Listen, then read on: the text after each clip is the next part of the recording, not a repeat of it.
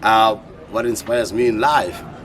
I'm inspired by my family, and I am inspired by things that I read, books, going to church, and also just to see people around where I stay. You understand? I'm inspired by black people.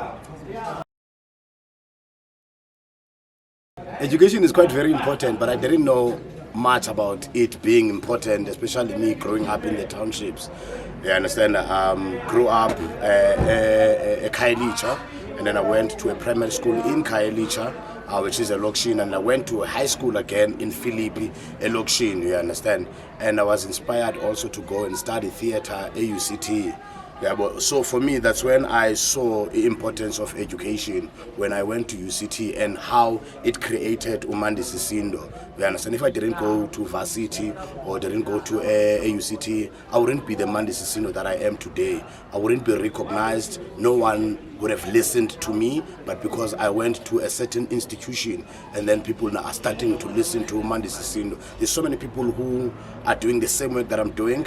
Others, they didn't go to any university, but they are not recognized as Mandisi Sindo. So I saw that education is quite very important, and that's the reason why I started to innovate theaters and also to run workshops where I educate other people as well so that they can be informed. So education is quite very, very important, especially right now.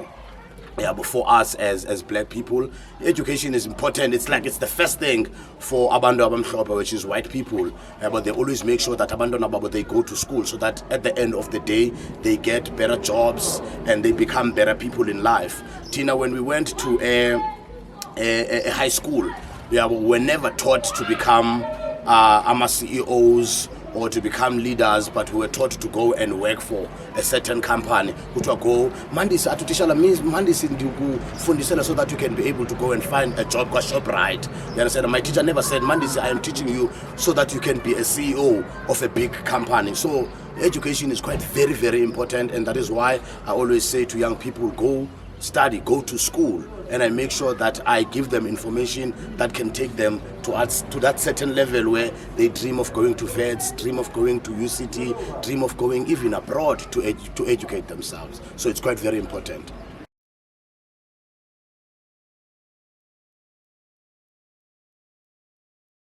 On Shek Theaters, what about Shek Theaters, man? So what I can say is this, there's always been a problem with other people about Shek Theater. We grew up in Malokishin, which is in the townships. Most of us, we performed in shacks. You understand that? Because there were no theaters, and there's still no theaters in the townships. We cannot talk about Soweto theater. You understand that? Because those are the things that evolved very late. We are talking about the infrastructural imbalance that happened during the apartheid, where theaters and spaces of performance are only in the CBD but not in the townships. And that's the reason why we're inspired by Abo Artscape, Abo Baxter Theatre, Abo Market Theatre, Abo State Theatre, which all of those spaces are in the CBDs, in white spaces. So when I went to UCT, I saw how easy it was to change spaces into performance spaces. And because I grew up in a shack, in my mother's forum shack, so that's the only thing that spoke to me. And I was like, I've got lights that I got from a friend of mine, Russell Shapiro, who closed his theater, which was called Broadway in Long Street. So when I got back to Khayelitsha after university, I was like, I want to create that experience that I've always seen from Eskolweni, for the people. And I talked to different kinds of people, different young people, and they were very interested. But the only problem with us as black people, we are always running away from being hungry. That is coming right now. But we don't set iskhathi, okay, I'm going to be hungry for the next 10 years because I want to build something big for my community. I want to build something big for myself at the same time. So Indo Shek Theaters, it's something that I dreamt at the end of the day. And luckily enough, the first show that I did in a shack, which was called Magukanye Hall, which I changed it into Magukanye Art Room. That space could only accommodate 20 to 50 people. You understand? But because I was shooting movies, one of the movies that I shot, Shepherds and Butchers, where they came with about 3 tracks. So to make sure I revamp and I innovate this shack theater that I've been dreaming about. But on the 18th of July 2012, when I hanged those 3 lights, I saw the excitement from the audiences. I saw the excitement from the actors, because it was quite something different. Because we were used to lights and sound, extra, you understand the way you perform. But now this thing, it's happening at Yochombeni. Yeah, but that is the reason why I named it a shack theater. Yes, when we were growing up with all the community groups, we used to perform a Memani. Memani is a shack, a crèche. In that crèche, we used to have candles, yes, so that we can have that atmosphere of a theater. But it was never named shack theater. You understand? And I was like, this is shack theater when I coined it, and it was an amazing thing for the black communities. And I wasn't even doing it for Mandisi Sindo, but I was doing it for black townships. You understand? I was doing it for black people, and that's the reason why when I started these things, I said, black people, wherever you are around South Africa, build shack theaters. I would be very angry to see a white person building a shack theater. You understand? For me, a shack theater is a black inheritance. It's for black people. You understand? Because it's us black people in South Africa who are living in shacks. And that's the reason why I'm calling it, like I'm saying, it's a black inheritance. It's for black people to practice their art. Ikhayilich is one of the biggest townships in South Africa. There is no theater. There is no art center. There is no space for young people to showcase their talent. And that's the reason why I said this is what is needed in this kind of a community. So after I ran, innovated, did Indo Kukhanya Art Room, I decided also, like 8 years later, said, okay, now we have a theater space where we are performing, we have a theater space where we are running workshops, but now people are still coming from Khayelitsha, coming from Philippi, coming from Kraaifontein, coming from all these townships, still going to town for education. They go to Magnet Theatre, they go to Rainbow Arts Academy, which is in town as well. They still go to UCT. So how about now I start to innovate another space which is called Khayelitsha Art School and Rehabilitation Center. Many artists are dying, and they've died out of depression, and many artists died because also they are excluded. Many artists died because they are depressed. They died because they are exploited in other spaces. So those are the issues that I wanted to bring upon with Khayelitsha Art School and Rehabilitation Center. That's why there were programs like BACA, which is black communities and arts, and kind of a symposium where we talk about black issues, or we're talking about community theater issues. So that's the reason why I was trying my best to innovate these shack theater spaces for black artists, black communities, and black people. Experience in Cape Town, it's been wonderful. It's been great. Taught me a lot of things. When I graduated from UCT in 2012, I had so many jobs in the space of 3 months. January, February, March, April, actually 4 months. I was working left, right, and center. Did Infecting the City Festival. I was offered also a Drama for Life to go and study. I said, no, I want to focus on this thing that I'm dreaming about, which is building shack theaters.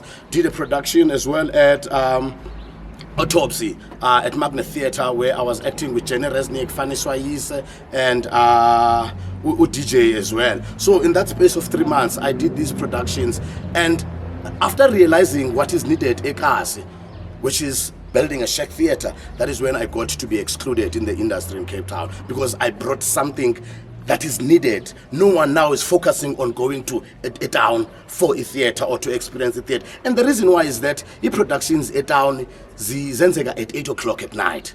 You understand? Not even my family, my mother and my father never saw me on stage.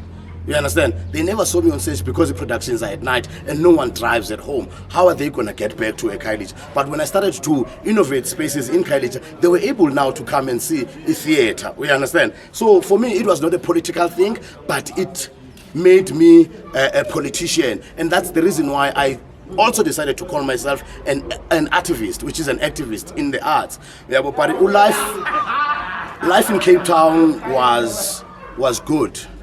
You understand that? And at the same time was bad. You know, it's hard to do something positive, yeah, and at the same time you get to be excluded, yeah, by people you thought they are your lecturers, by the people you thought they are going to help you at the end of the day. Yes, there is something great that is happening around Cape Town, but Cape Town is effed up. That is one thing that we can all say as black artists who are coming from Cape Town. But because a lot of us, Abasekapa, we are very much dependent. You understand that we can't stand on our own and make things happen for ourselves. Joburg, Johannesburg, I always come Gauteng for a week, 2 weeks. I've never been to Joburg for more than a month. You understand? I came for symposiums, conferences, where I spoke in different conferences. So for me, even the life was fast. I was like, yeah, I can't cope in this city.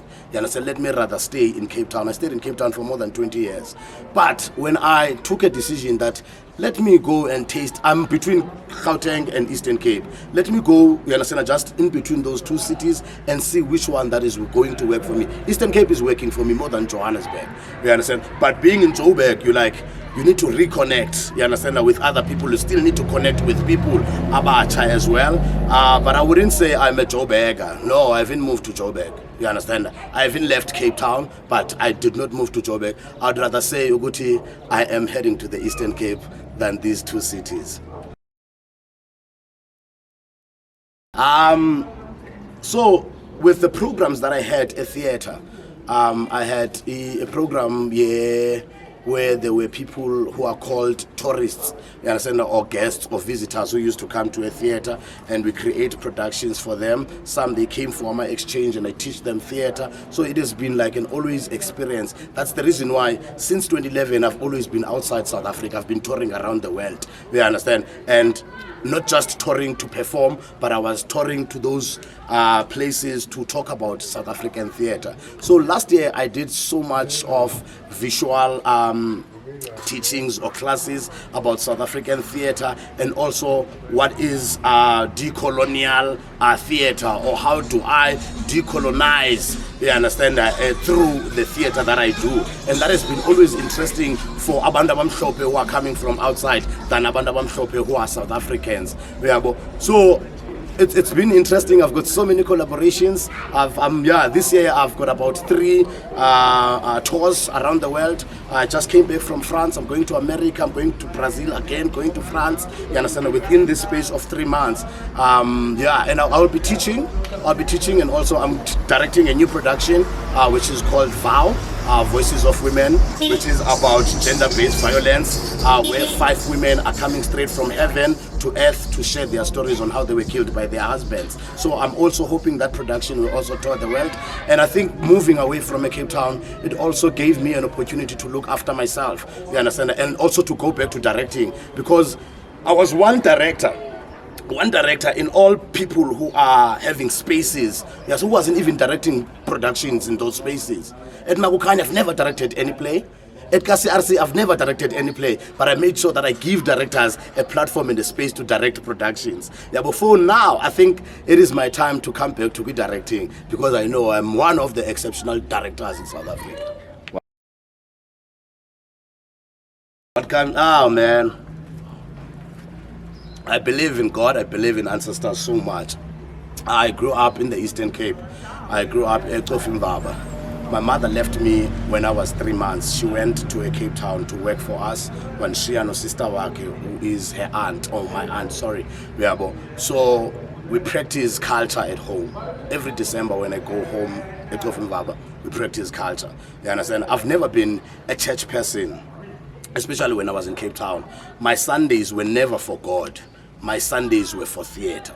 Every Sunday I made sure that I have classes, that I run a theater, Gumu, you understand? So I never had time where I say, Ndia egaweni.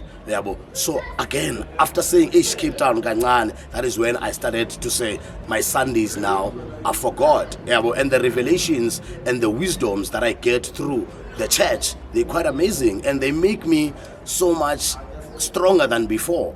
When I read scriptures, I relate some of the scriptures to what had happened to myself and to what is happening to each and every one of us in the world. People might see us, think, oh, to Oput Mandisi, they are happy. We are not. If you go to my inboxes now on Facebook, so many young people who are crying.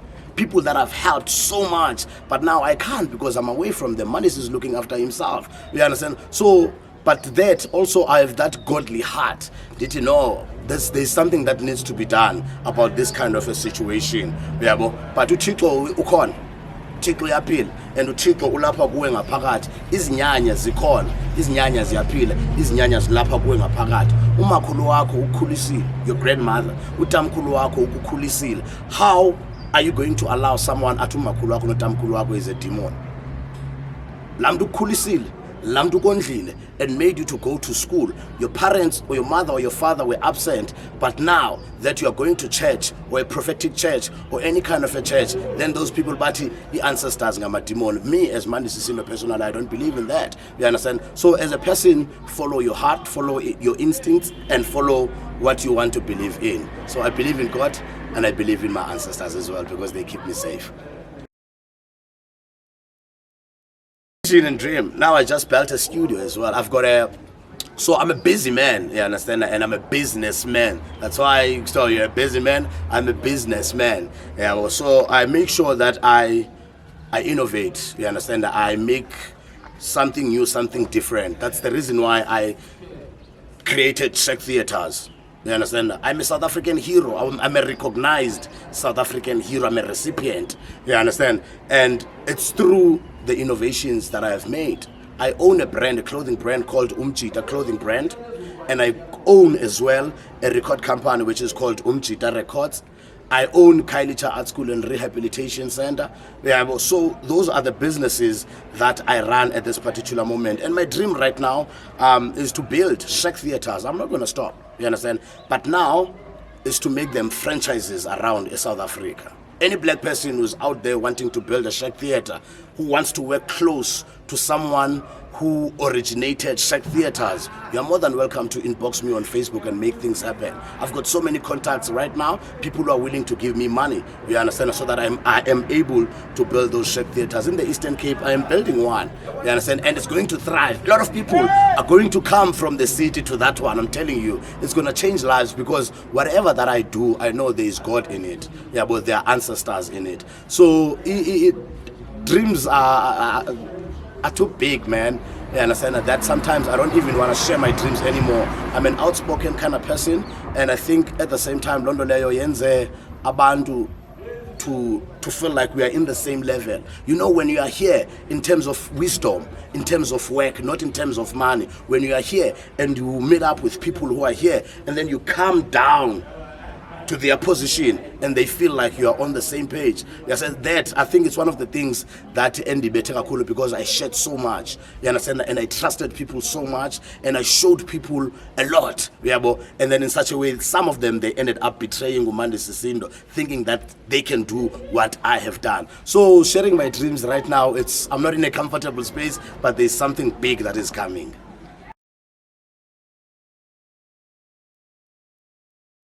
Abahlali. You know, each and every one of us is umhlali. I grew up a Kailicha, in the informal settlements. You understand? Everyone who comes from there is umhlali. I don't see why artists, they don't see that. You understand? When an organization or a movement like that evolved in South Africa, yabahlali. And as a black person, you should understand what is umhlali.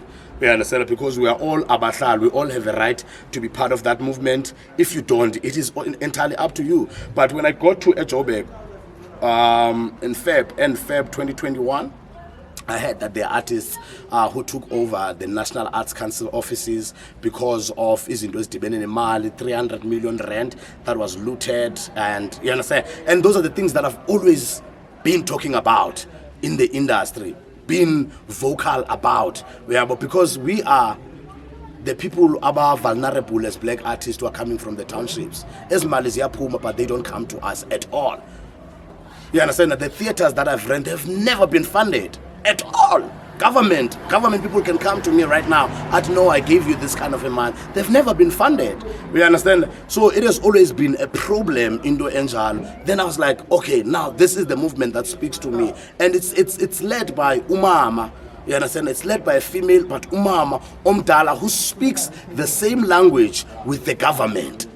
Tina, we were seen as angry kids. Mandisi is very young. What does he know about theater? What does he know about? You understand? So he's very young. He's angry. He's an angry black child.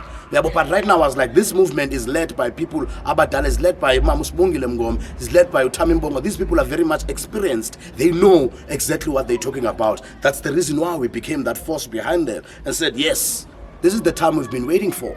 Because Tina, we're casted out because Singabandwan. But right now, there are elders or elderly people who are standing for other people, you understand, who are coming from these communities and townships and say, no, this money needs to be distributed fairly.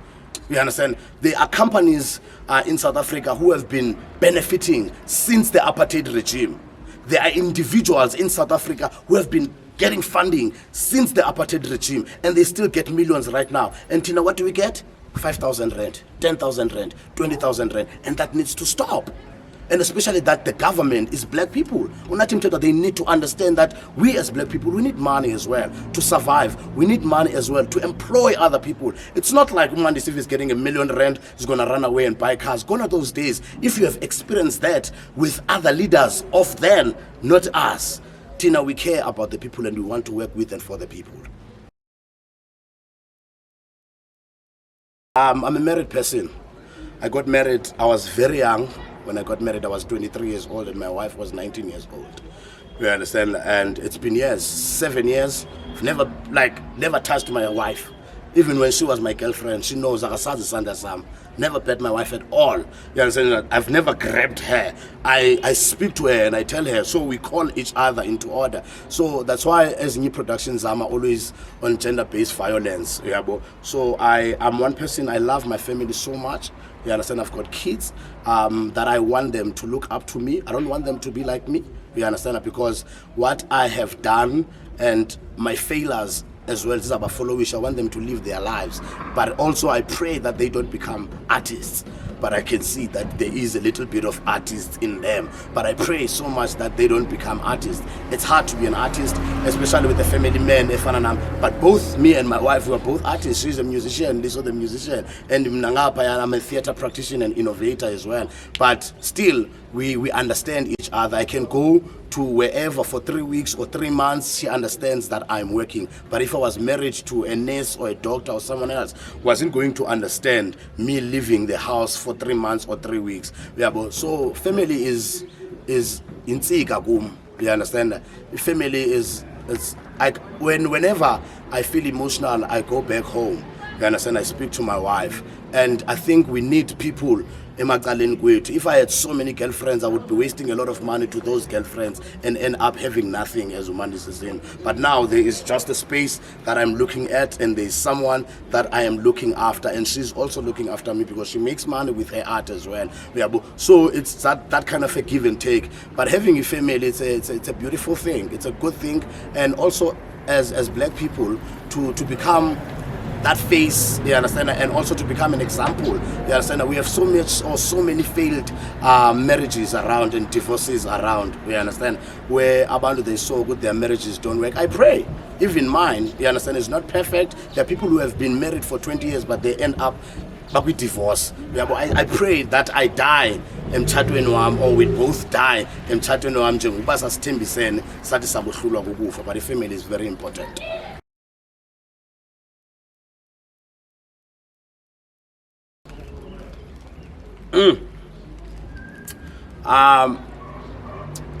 That is another thing of artists passing away. I lost a friend of mine in the arts in 2012, Abongile, who was the mascot Uzakumi during the 2010 World Cup.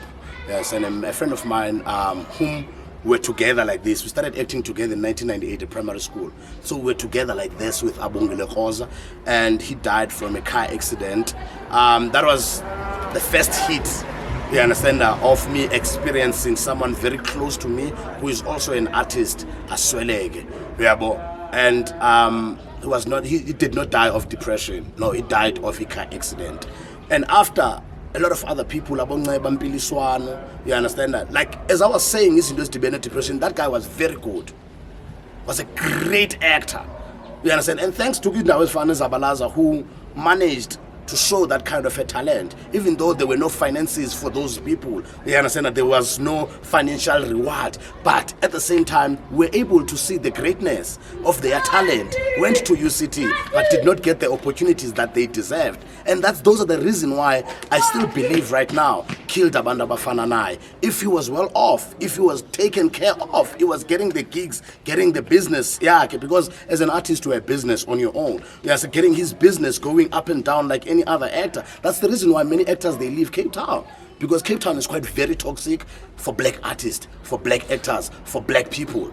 We understand? So, artists dying, it's another thing that touches me.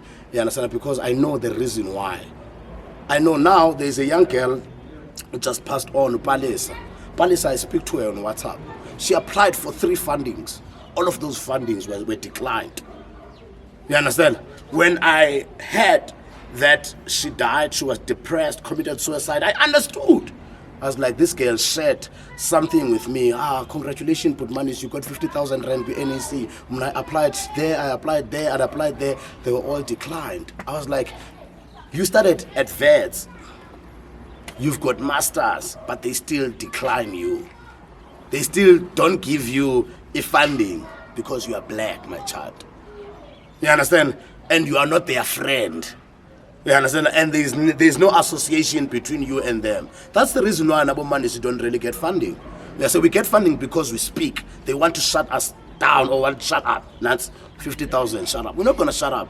We need millions.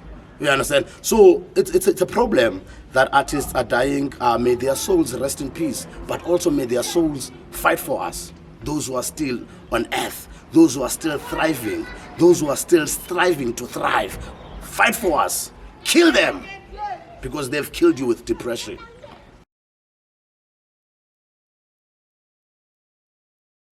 Heroes. No, you know what? That's going to be a problem. You understand? I don't want to mention any heroes or sheroes in my art life because everyone is quite very important in me. Whether you are my enemy, whether you don't like what I do, you understand? There are people who don't like Mandisi Sindo, but they are doing exceptional work. You understand? Those people as well, to me, they're my sheroes. You're not going, like my mother used to say, take it as if there are 10 people. 5 of those people are going to hate you, 5 of them are going to love you. You understand? If someone hates you, you box that person, upagla 5, and you don't even have to create enemies around you. You understand? Love a person, because abanye abantu, they don't know the real you. They heard about you from someone else, and then they also decided to join that club of haters. You understand? Love those people. That is why I'm always smiling, I'm always laughing. You understand? Because I hate fights. I want to work. You understand? I want to change people's lives. That's what Mandisi is all about. So no shiro, no hero. I love the people.